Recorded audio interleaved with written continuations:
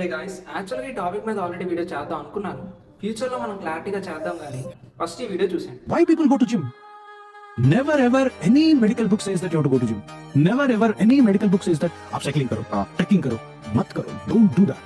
क्यों आते back pain? Back pain आता है because of unnecessary activity. అంటే ఇప్పుడు జిమ్ అండ్ సైక్లింగ్ లాంటి బేసిక్ యాక్టివిటీస్ కూడా అన్నెసరీ అయిపోయాయి.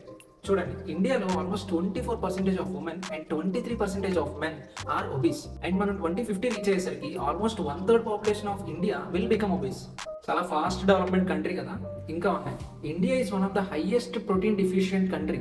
అంటే ఇంకా ప్రోటీన్ డెఫిషియన్సీ వల్ల వచ్చే సైడ్ ఎఫెక్ట్స్ మీకు మ్యాక్సిమం తెలియకపోయి ఉండొచ్చు, బట్ అవేం తక్కువ కాదు. ఇంకోటి చెప్పుకోవాలంటే almost half of the Indian population are younger than 28 years. ఇంత యంగ్ పీపుల్ ఉన్న కంట్రీలో ఓవరాల్గా చూసుకున్న ఓన్లీ 0.3% పీపుల్ మాత్రమే జిమ్కి వెళ్తారు.